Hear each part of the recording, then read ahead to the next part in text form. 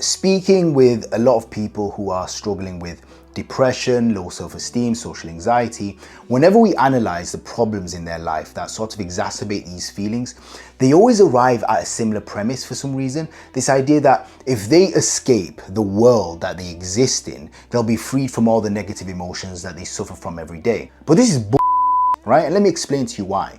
Because the idea of asceticism, like detachment from the material world, is something that's existed throughout human history in every single culture for a reason. Because it's very sexy, it's very attractive. Even in like historical examples like Diogenes, who decided to take it upon himself to be a bum, right? Like he didn't want to conform to Athenian social law, so he decided that he wasn't going to work, he wasn't going to build a house, build a family, he was going to be a bum and just live on the streets. But the thing is, with asceticism, there's a certain practicality that all of its practitioners eventually meet.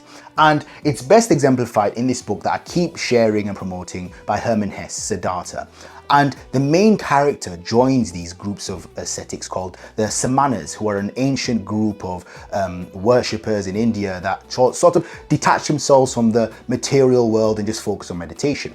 Now, the main character, Siddhartha, asks his friend a very important question. He asks, how old do you think the oldest Samana is in our group? And he gets an answer, maybe about 60, 70.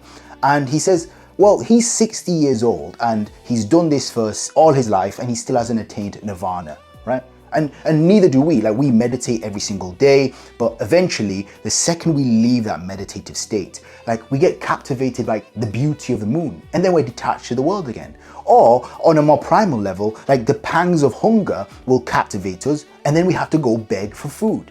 Because the thing with ascetics is there's no escape from the world. Like, there is no escape. Like, even if you wanted to be a Sufi, a Buddhist, a monk, you require some sort of practical assistance, because a lot of ascetics need to be, a burden to the community that they exhibit. Like, regardless of whether it's begging, whether it's state funded, provisions, whatever. That's why I speak to a lot of people on here and we discuss the concept of wasatiyya, the middle ground. Like, if you want to solve some of the mental or emotional issues in your life, of course, you can't have a value system which is heavily skewed materialistically, but also you can't have a value system which is also heavily skewed, aesthetically. Like, there has to be a middle ground. And these are the type of concepts I discuss in my school community. So if you're interested, click the link in my bio, join my free school community to watch some of my long form content.